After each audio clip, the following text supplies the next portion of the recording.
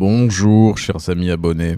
Aujourd'hui je vous fais une petite vidéo coup de gueule parce que c'est sincèrement fatigant et agaçant que des gens ne comprennent pas la portée de mes articles.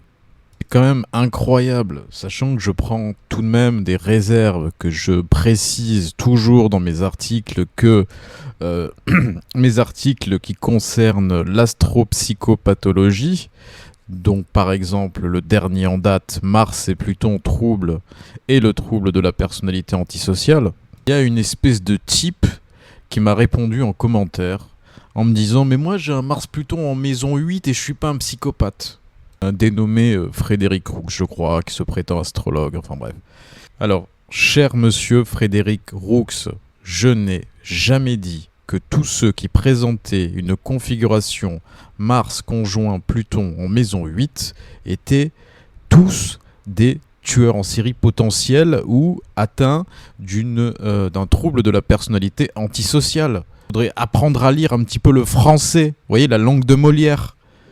Je dis systématiquement, quand je fais un article de ce genre, donc sur la psychopathologie de certaines configurations, et en plus, il ne s'agit même pas d'une configuration Mars-Pluton, je parle d'une dominante martienne ou plutonienne, ou les deux, sachant que Mars prédisposerait, dans certains cas, je précise bien, dans certains cas où il y aurait une hérédité pathologique, par exemple un père qui présenterait également ce trouble, voilà, ou dans une famille dysfonctionnelle, ou dans un milieu problématique, un milieu sujet à la violence, comme par exemple dans des quartiers difficiles, ou dans des villes difficiles, dans des pays, je sais pas moi, en Colombie, où le trafic de drogue fait rage, ce qu'on appelle le milieu socio-culturel dans lequel la personne évolue.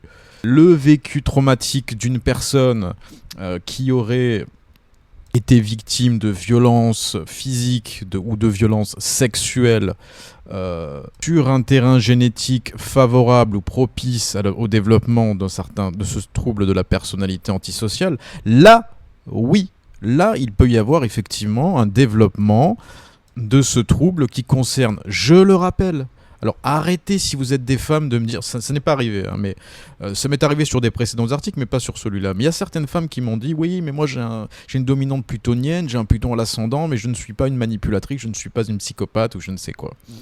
C'est un trouble qui concerne 75% des hommes, et en plus, je suis persuadé que c'est minimisé, que c'est peut-être 80 voire 90%. Donc c'est un trouble majoritairement masculin, même s'il existe à la marge des psychopathes femmes, ça existe, comme il existe des femmes qui font de la musculation et qui prennent de la testostérone pour avoir des bras de 50 cm, ça existe, mais c'est pas la majorité, hein, on est d'accord. Faut essayer un petit peu de raisonner en termes quantitatifs, en termes de statistiques un petit peu, hein. Sinon on comprend rien. Bien sûr il existe des poissons volants, mais parmi les espèces de poissons existantes, combien y en a-t-il qui volent ? 1%, 2%, même pas. Voilà, mais c'est la même chose pour ce trouble de la personnalité, il faut essayer un petit peu de s'ouvrir quand même. Je veux dire, il faut pas avoir fait Saint-Cyr ou avoir un QI de 150 pour comprendre que mes articles sur l'astropsychopathologie ne concernent pas la majorité des gens présentant ces aspects, pour la simple et bonne raison que dans la population générale, il n'y a à peine que 4% qui ont ce trouble, dont 3% qui sont des hommes. Voilà, 3%.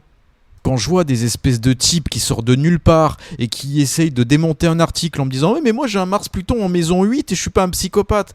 Mais bien sûr, andouille. Probablement parce que tu as une hérédité saine, probablement parce que tu as des parents qui n'étaient pas psychopathes et qui ne t'ont pas transmis ce gène et qui ne t'ont pas éduqué dans la violence ou tu aurais subi des traumatismes, des traumatismes structurels qui t'auraient conduit à développer ce trouble de la personnalité antisociale, ou tu n'as pas grandi dans un milieu défavorisé, par exemple. Tu vois ce que je veux dire ? Et pour parler plus personnellement de ton thème astral, tu m'évoques une conjonction Mars-Pluton en maison 8, mais tu nous dis pas dans quel signe, tu ne parles pas du reste de ton thème. Si ça se trouve, tu as un amas de 5 planètes en poisson, dont le Soleil. C'est pas le tout d'avoir une conjonction Mars-Pluton en maison 8 si ce Pluton en fait ne touche aucun secteur clé de ton thème, aucun marqueur identitaire, c'est-à-dire le Soleil, la Lune, l'ascendant, le maître d'ascendant, etc. Ben, ça reste un Pluton qui est faible, qui marque simplement ta capacité d'action à avoir peut-être des problématiques liées au contrôle de ta violence ou au contrôle de ton agressivité, mais sans pour autant être pathologique. Voilà. Difficulté à gérer dans l'action des moments de colère, des moments d'agressivité, ça peut se limiter à ça. Comme tu l'évoques d'ailleurs dans ton commentaire. Et voilà, mais si ça se trouve, ce Pluton n'est pas fort dans ce thème. Je précise bien dans l'article que il faut avoir un Pluton ou un Mars, ou les deux, dominant. Ça veut dire qu'il faut qu'il soit conjoint aux angles, ou conjoint au Soleil, conjoint à la Lune, qui touche les marqueurs forts par aspect majeur, les marqueurs identitaires forts de l'identité, donc les marqueurs que sont la Lune, le Soleil, encore une fois, le maître d'ascendant, l'ascendant, etc. Voilà, tu balances ça comme ça pour essayer de discréditer un article qui par ailleurs en plus est sourcé avec des cas bien précis et bien développé, bien argumenté.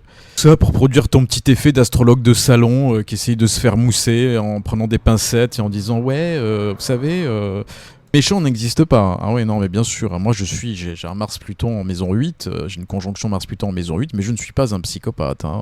Encore une fois, un exemple d'astrologue qui nous pratique une astrologie complètement édulcorée,